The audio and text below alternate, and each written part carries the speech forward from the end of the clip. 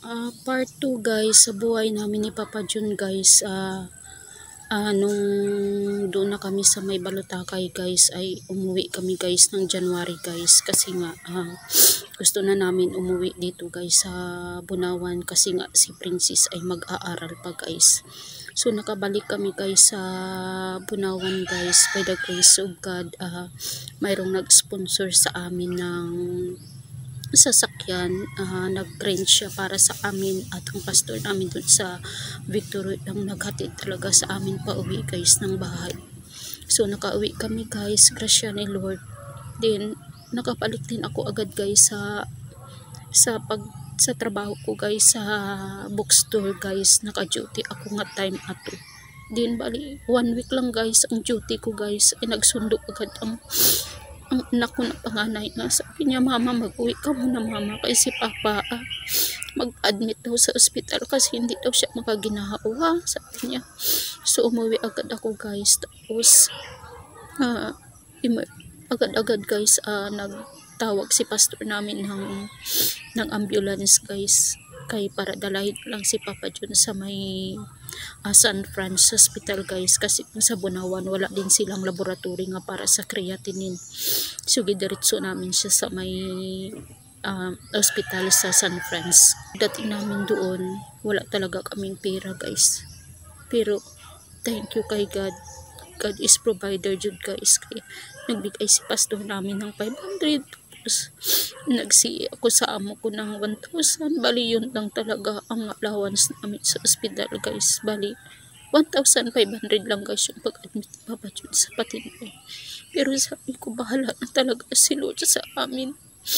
Bali by faith lang talaga guys yung ginagawa namin ni Papa Jun. Basta bahala na, basta ma-admit lang siya. Din pag-admit namin doon, hindi kami abot ng 1 week. Sabi ng doktor, kailangan daw siya ma-forward sa Caraga Regional Hospital guys sa Surigao City, kasi doon daw libre daw ang dialysis. Kailangan talaga niya i-dialysis kasi nga ang 700 na creatinine ay umabot pa ng 900 kapin guys. Pero matagal kami sa hospital, sige kami ka-request nga ibalik-balik ang laboratory sa Crea, kasi nag-pray kami sa Panginoon. Ano man talaga ang plano mo Lord, kung hindi talaga magbaba ang creatinine niya, hindi kami magpa-dialysis. Pero kung tumaas na tumaas, so will talaga ni Lord magpa-dialysis kagad. Ayun, sige kami ka-update sa kanyang laboratory kay doktor. Kaya sabi ni doktor, kailangan na talaga daw i-dialysis kasi naabot na nga ng 900.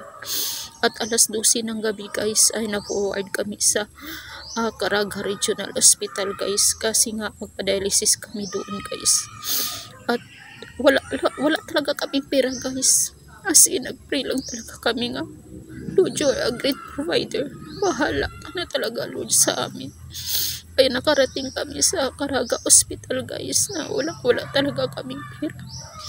Kunti lang talaga yung pera namin, bali pang-allowance lang talaga sa pagkain.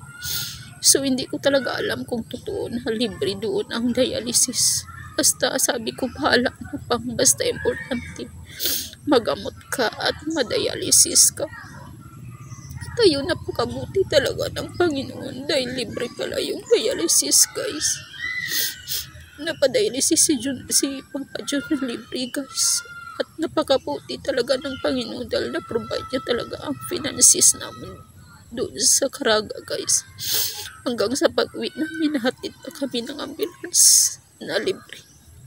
Kaya masasabi ko talaga, pag mag-pray ka lang, wala imposible talaga sa Panginoon.